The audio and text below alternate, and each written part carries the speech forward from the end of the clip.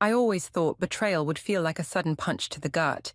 Instead, it crept up slowly, wrapping around my throat like a silk scarf until I couldn't breathe. The day I caught them together, I wasn't even supposed to be home. My name is Ivy, and I was supposed to be picking out flower arrangements for my wedding. But a migraine had forced me to reschedule, and I returned to find my sister Sophie's car in our driveway. Strange, since she should have been at work. The front door was unlocked. I heard giggling from upstairs, my bedroom. My feet felt heavy as I climbed each step, my heart already knowing what my mind refused to accept. Jamie. Sophie's voice drifted through the crack in the door. We should tell her soon. I know, baby. After the wedding, okay? We'll figure it out. My hand trembled as I pushed the door open. There they were, my fiancé and my sister, tangled in my sheets. The same sheets Jamie and I had picked out together at Bed Bath & Beyond last month. Ivy! Sophie scrambled to cover herself, but Jamie just sat there, frozen. Oh God, this isn't... we were going to... Going to what? My voice sounded foreign, eerily calm. Wait until after the wedding to tell me you've been sleeping with my fiancé. Jamie finally found his voice. Ivy, please! We didn't mean for this to happen, it just... did. I laughed. Actually laughed. How long?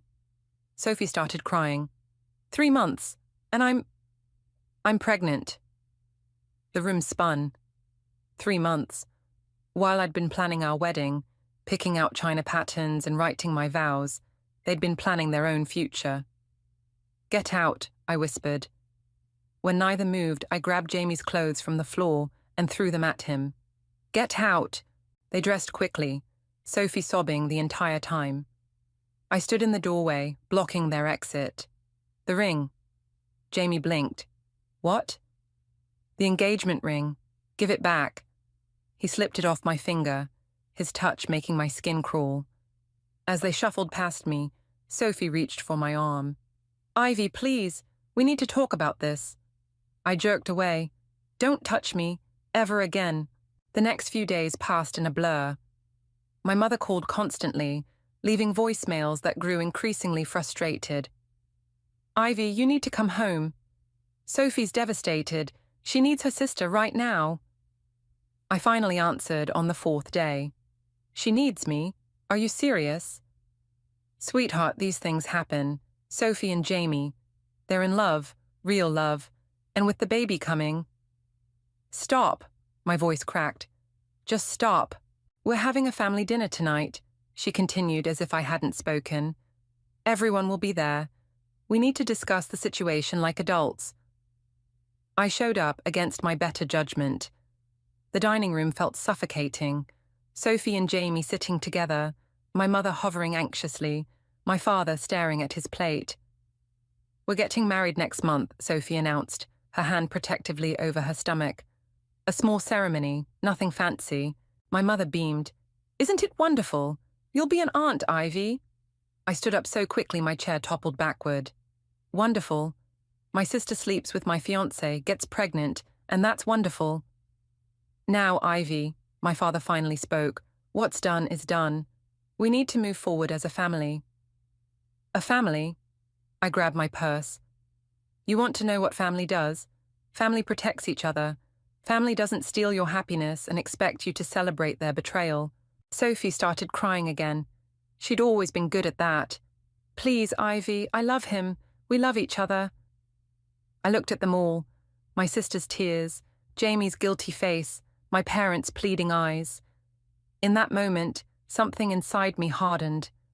They wanted me to forgive and forget, to play the supportive sister and daughter. Instead, I walked to the door, pausing only to say, congratulations on your perfect little family. I hope you're all very happy together. As I drove away, my phone buzzed with messages I wouldn't read. They thought this was the end, poor Ivy, running away to lick her wounds. But they were wrong. This wasn't the end. This was just the beginning. I pulled into my best friend Eric's driveway, my hand steady on the wheel for the first time in days. He opened the door before I could knock, took one look at my face, and pulled me into a hug. I need your help, I whispered against his shoulder. Anything. I want to buy a house. I pulled back to meet his confused gaze. Their dream house, specifically, and I know exactly how to do it. 6 months can change everything. I sat in Craig's office, watching him review the quarterly reports I'd prepared. My mentor's eyebrows rose higher with each page. Ivy, these numbers are exceptional. He set down the papers. You've doubled your client portfolio since spring. I smiled, thinking of the sleepless nights and endless coffee runs that had gotten me here. Thank you. I've been focused. Focused is an understatement. The board's noticed. There's talk of a promotion. My phone buzzed. Another ignored text from Sophie. I switched it to silent without looking. Speaking of focus, Craig leaned forward. How's the house hunting going? Actually, I'm closing on a property next week. I tried to keep my voice neutral. The Victorian on Maple Grove. Craig whistled. That's quite a purchase for a first-time buyer. You sure about this? More than anything. After work, I met Eric at our usual coffee shop. He was already there, laptop open, real estate documents spread across the table. The sellers accepted your offer, he said without preamble. But there's something else. Look at this. He turned his laptop toward me. On the screen was Sophie's social media post. Can't wait to start our new chapter. Dream home. Baby on the way.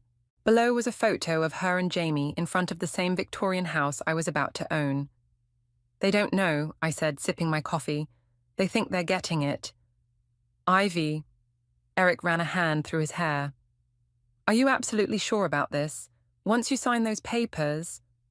They're meeting the realtor tomorrow, I cut in, to make their offer. An offer they can't afford, by the way. I've seen Jamie's financials. How did you... Denise in accounting. She owed me a favor. Eric closed his laptop. You've thought of everything, haven't you? Almost. I pulled out my phone, showing him the invitation I'd just received. Sophie's having a housewarming party next month, for a house she doesn't own yet. My phone rang. My mother this time. I declined the call. They're going to hate you for this, Eric said quietly. They already do. They just pretend they don't.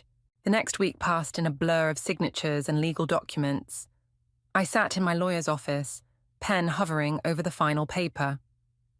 Once you sign, she said, the house is yours. All renovations and modifications will be at your discretion. I signed. Walking out, I bumped into Denise from work. Hey, I was just heading to your office. Did you hear about Sophie and Jamie? My stomach tightened. What about them? Their loan application was denied. They're devastated. Sophie's been crying all over Facebook about losing their dream home. I forced a sympathetic frown. That's terrible. I know, and with the baby coming... Denise lowered her voice. Your mom called the office looking for you. Said Sophie really needs her sister right now. I'm sure she does. Back at my desk, I opened my email to find the contractor's quote for renovations. The amount would barely dent my savings. Unlike Sophie and Jamie, I'd been smart with my money. My phone lit up with a text from Eliana. Family dinner tonight. Please come. They're announcing the baby's gender. I typed back, can't. Working late. You can't avoid them forever, she replied. Watch me. That evening, I stood in front of my new house. My house. The porch needed work. The paint was peeling. But it was mine. All mine. Eric pulled up in his car. Thought I'd find you here. Just imagining the possibilities. I turned to him. Want to see inside? We walked through empty rooms that echoed with our footsteps. Sophie and Jamie had planned their whole future here. The nursery upstairs, the kitchen remodel, the garden parties. When are you telling them? Eric asked. Soon. I walked to the bay window, the one Sophie had gushed about on social media. They're having a girl, you know, found out today. Ivy. Don't. I pressed my hand against the cool glass. Don't make me feel guilty about this. They didn't feel guilty about what they did to me. My phone buzzed again. This time, I looked. It was Sophie's housewarming invitation, sent to the entire family group chat. Join us in celebrating our new home. Can't wait to share this special moment with everyone we love. Eric read over my shoulder. She still doesn't know. No. I smiled, remembering the renovation schedule I'd just approved. But she will. Very soon. I took one last look around what would have been their dream home. In 30 days, the contractors would arrive. In 31 days, Sophie and Jamie would realize exactly what they'd lost. And I would be there to watch it all unfold. "You're different lately," Denise said, studying me over lunch. "Calmer, almost scary calm." I stirred my salad, watching lettuce leaves swirl like tiny green boats. "I'm just focused on work." "Please, you're plotting something." She leaned closer. "Spill." Before I could respond, Sophie walked into the restaurant, her baby bump now obvious under her flowing dress. I ducked behind my menu, but it was too late. "Ivy," she waddled over, Jamie trailing behind her. "I've been trying to reach you for weeks." "I've been busy." I kept my voice light, professional. The restaurant was full of my colleagues. "Congratulations on the gender reveal." "You'd know more if you'd come to family dinners." Sophie pulled up a chair uninvited. "We miss you." Jamie stood awkwardly beside her. "Hey, Ivy." I ignored him, gathering my things. "Sorry, I have a meeting." "Wait." Sophie grabbed my arm. "The housewarming party. You're coming, right? We found another house, even better than the Victorian. Everything happens for a reason, you know." I met her eyes. "Does it?" "Of course, like me and Jamie. Sometimes the universe knows better than we do." Denise choked on her water. "The universe." I stood up. "Right. Well, I wouldn't miss your housewarming for anything." Outside, Denise caught up with me. "Okay, what was that? You looked like you were about to either cry or commit murder." "Neither." I checked my phone, an email from the contractors confirming next week's start date. "I'm just giving the universe a little help." Back at the office, Eric was waiting by my desk. "Emergency best friend meeting. Now." He dragged me to the stairwell, our usual spot for private conversations. "I just overheard Jamie on the phone. He's in trouble, Ivy. Big trouble." "What kind of trouble?" "Gambling debts. He's been betting on sports games, losing big. That's why they couldn't get the house loan." I leaned against the wall. "Does Sophie know?" "No. He's telling everyone they chose a different house because it's better for the baby." Eric ran a hand through his hair. "This changes things, right?" "Changes what?" "Your plan. I mean, they're already suffering. Maybe that's enough." I thought about my mother's voice messages, all about how Sophie needed support, how blessed they were, how I needed to move on. About Jamie's hand on my sister's stomach at the restaurant, the same hand that used to hold mine. "No," I said, "it's not enough." That night, I drove past their current apartment. The lights were on, shadows moving behind curtains. They looked happy, normal, like they hadn't destroyed someone else's life to build their own. My phone rang. Eliana. "Before you say no," she said when I answered, "hear me out. Family brunch, Sunday, just you and me." And, okay, yes, Sophie and your mom will be there. But so will I, running interference.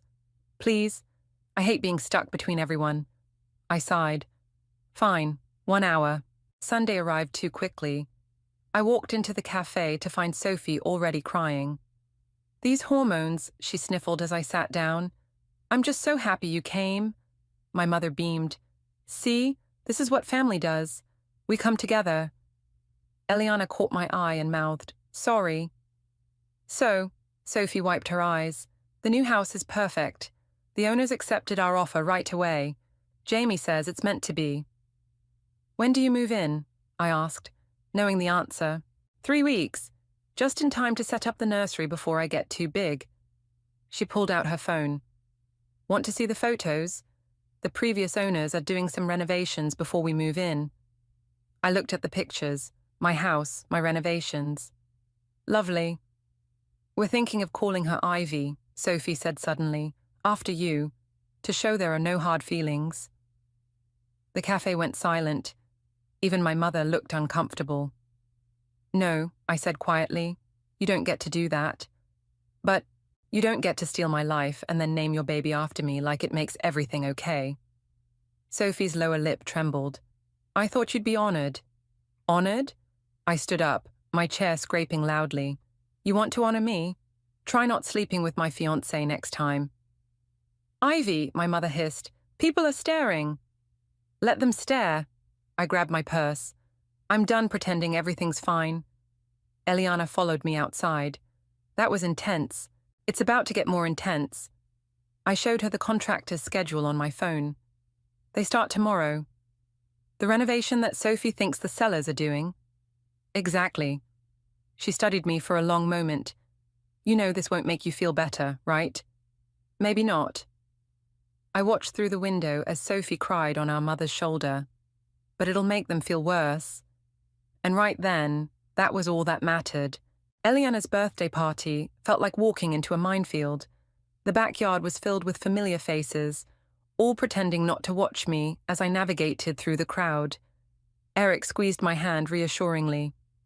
"We can leave any time," he whispered. "Not yet." I spotted Jamie by the drinks table, checking his phone with a worried expression.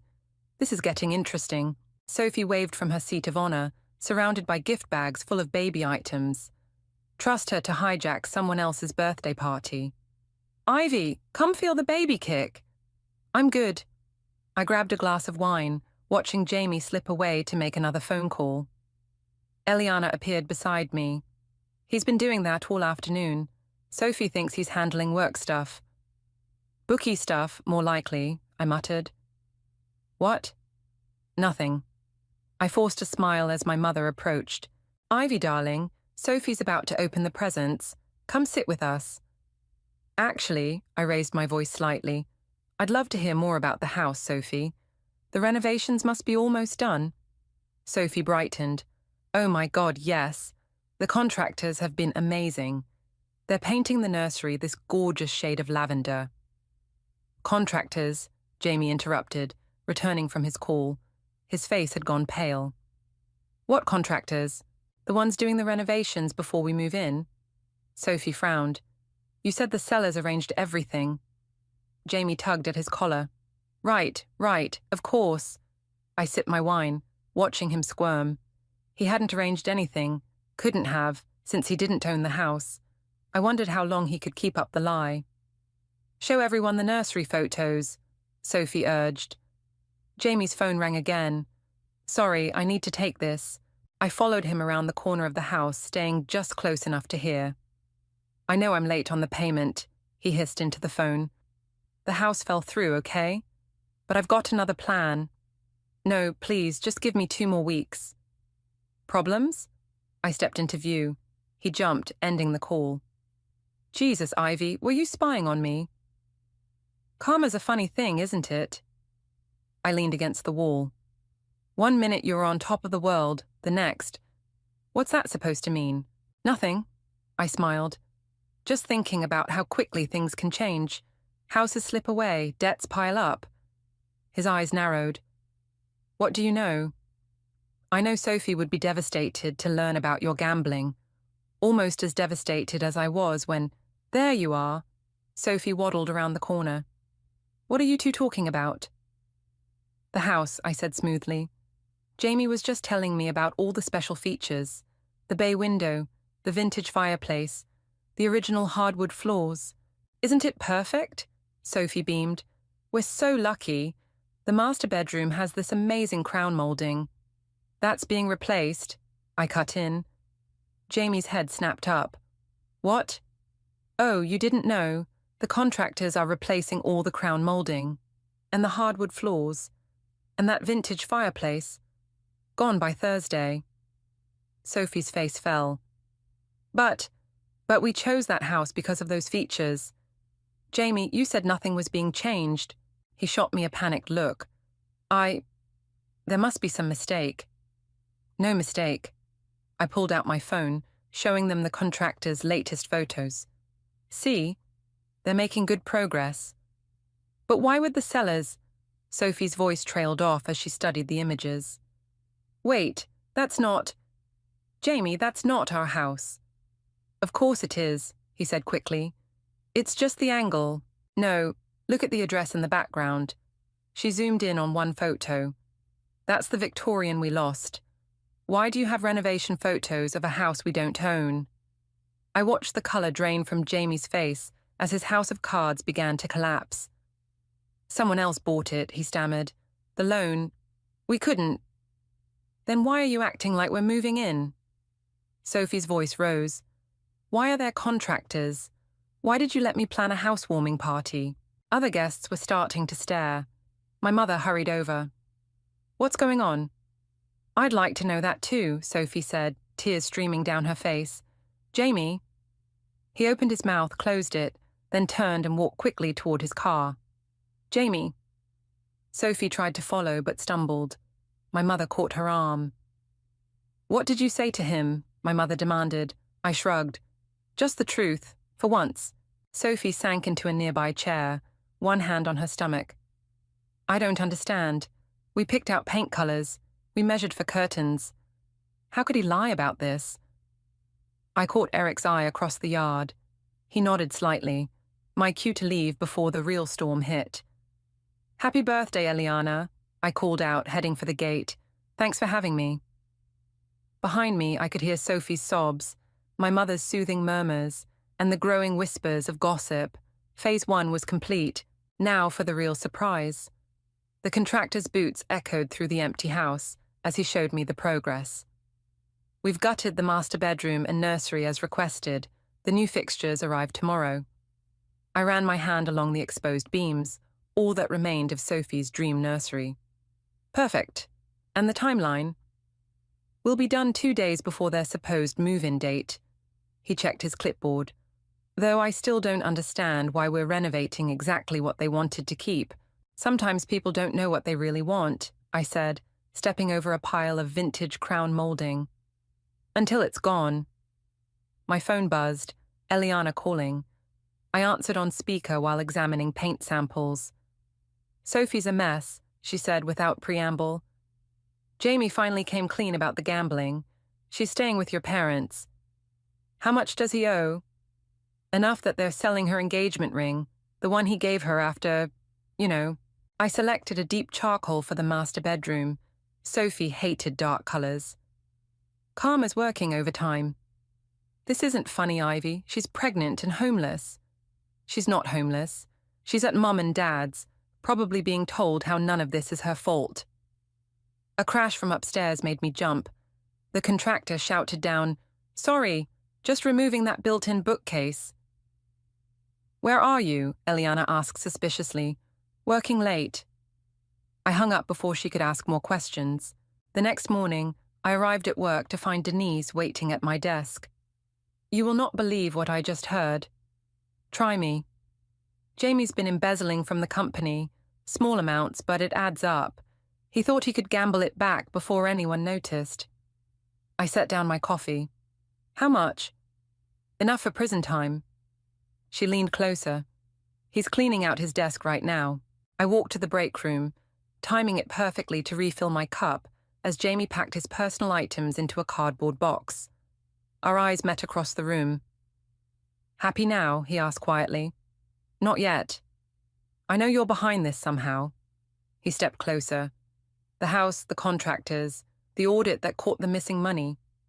Prove it. His hands clenched around his box. I loved you once, No, I corrected him. You loved what I could give you. Stability, status, a future. Then Sophie offered something more exciting. She needed me. And now, I gestured at his box. Does she still need you? An unemployed gambling addict with possible prison time. Security arrived before he could respond, escorting him out. I watched from my window as he loaded his box into his car, then pulled out my phone to check the contractor's latest update. The Victorian was transforming daily. Gone were the vintage details Sophie had swooned over, replaced by modern fixtures and stark colours. The garden she'd planned to plant was now a concrete patio. Eric texted, Saw Jamie being escorted out. You okay? Better than okay, I replied. Coming to see the house later. Someone should witness your descent into supervillainy. That evening, Eric walked through the renovation with me, shaking his head at each change. You're really going scorched earth with this. They wanted their dream home. I showed him the plans for the industrial-style kitchen, replacing Sophie's hoped-for farmhouse design. Dreams change. Speaking of changes, he pulled out his phone, showing me Sophie's latest social media post. A tearful announcement about postponing the housewarming due to unforeseen circumstances. Unforeseen, I scoffed. She should have seen everything coming the moment she decided to sleep with my fiancé. And what about your parents? They're caught in the crossfire. I remembered my mother's voice messages, all about supporting Sophie, understanding Sophie, forgiving Sophie. They chose their side. My phone lit up with a text from an unknown number. It was Jamie. Please, she's pregnant. Just tell me who bought the house. We can work something out. Still taking calls from your ex? Eric peered over my shoulder. Not for long. I blocked the number, then opened my email to approve the final renovation changes. You know, Eric said carefully, there's still time to stop this. Sell the house, take the profit, start fresh somewhere else. I walked to the bay window, the last original feature left. Tomorrow it would be replaced with floor-to-ceiling modern glass. They took everything from me, I said quietly. My future, my family, my trust. Now I'm taking something back. And after, when the house is done and they're broken, what then? Before I could answer, headlights swept across the window. A familiar car pulled into the driveway. Is that... Eric moved beside me. Sophie stepped out of her car, staring up at the house. My house, with tears streaming down her face. Showtime, I whispered, heading for the door. What are you doing here? I called from the porch, making Sophie jump. Ivy? She squinted through the darkness. Why are you in our house? Your house? I stepped into the light. That's interesting. Show me the deed. Sophie's hand went protectively to her stomach, her default move lately. The sellers never accepted your offer, I finished, because they'd already sold it to someone else. Understanding dawned slowly across her face. No, you didn't. I pulled out my keys, dangling them in the moonlight. Want a tour? She followed me inside, gasping at each renovation. The exposed brick she'd loved was now covered in sleek white paint. The vintage staircase had been replaced with modern floating steps. You're destroying it, she whispered. I'm making it mine. Eric hung back, watching us circle each other like wary cats. Sophie's eyes were red-rimmed, her designer dress wrinkled. Why? Her voice cracked. To hurt me? Why did you sleep with my fiancé? I countered. To hurt me. I loved him. I still love him, even after... She choked back a sob. Did you get him fired too?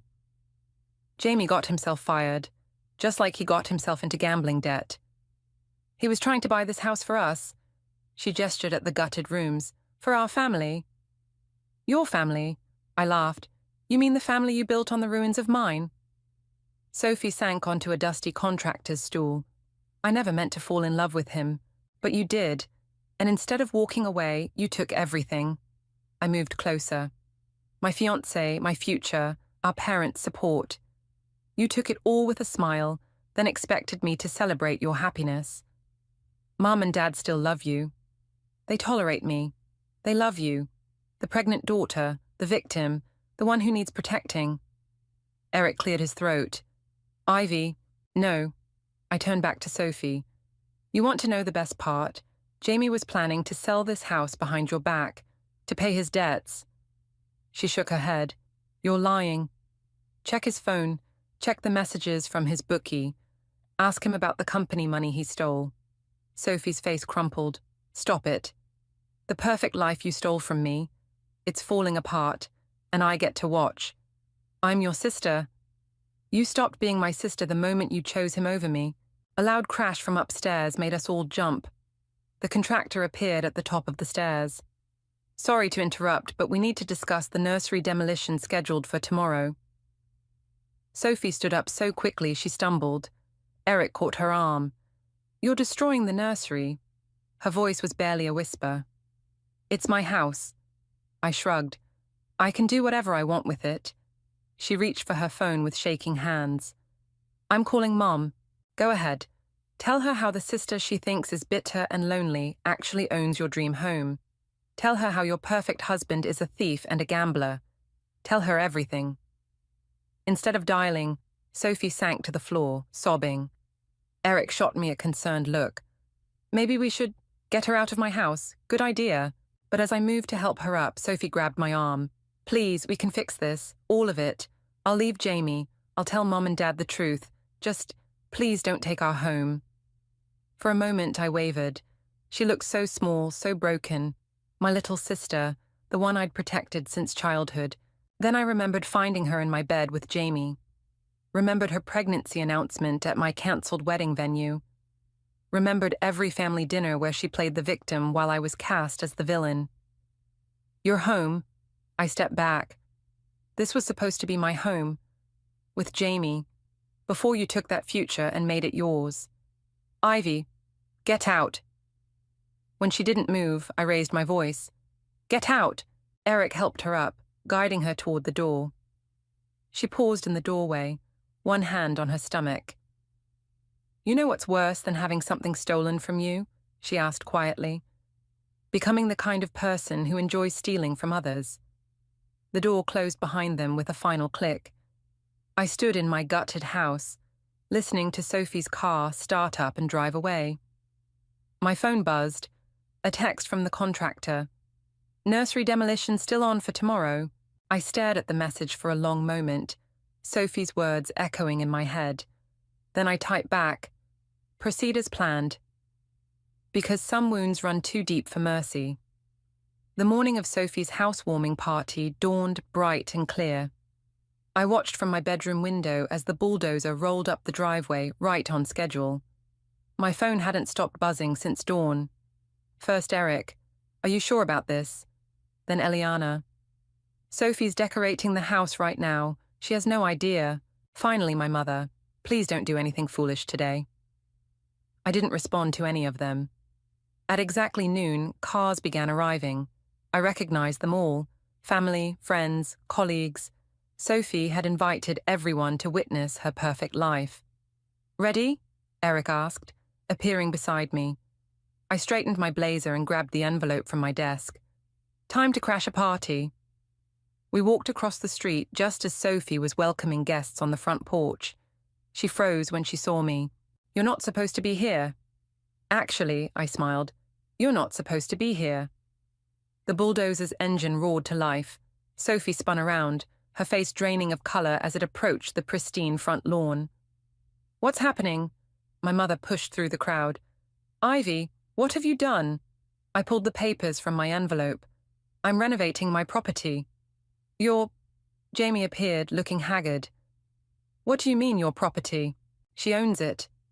Eric's voice carried across the suddenly silent gathering. "She bought it months ago." Sophie swayed on her feet. But we signed the papers yesterday. The realtor—" "Show me." I held out my hand. "Show me these papers." Jamie stepped forward. "I have them right here." "No," Sophie interrupted. "You said you had them, but I never saw them. I never actually signed anything, did I?" The bulldozer inched closer to the freshly planted garden. "Jamie," Sophie's voice rose, "did you lie about the papers too?" He backed away. "I can explain." "Explain what?" I pulled out another document. "The gambling debts? The embezzlement? Or how you plan to sell this house, my house, to pay it all off?"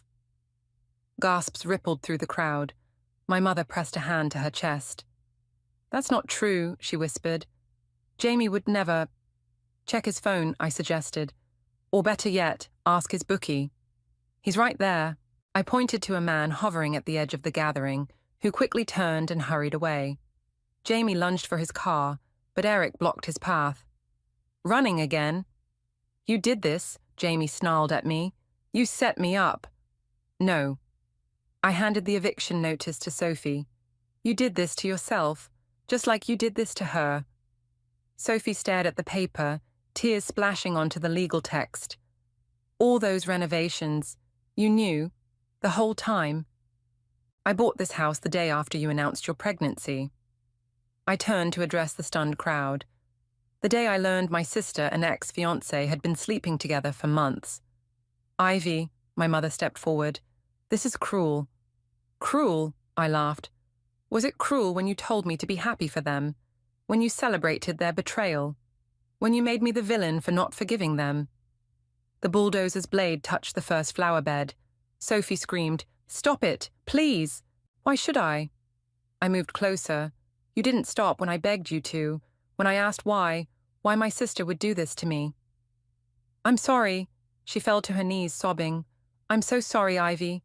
Please don't destroy our home. It was never your home, I signaled the bulldozer driver. It was my future you destroyed. Now I'm just returning the favor. Jamie tried to run again, but 2 men in suits blocked his path. James Fletcher. One flashed a badge. We need to discuss some financial discrepancies at your former workplace. As they led Jamie away, Sophie crumpled the eviction notice in her fists. Where are we supposed to go? That's not my problem. I turned to leave, then paused. Oh, and Sophie, don't name your baby after me.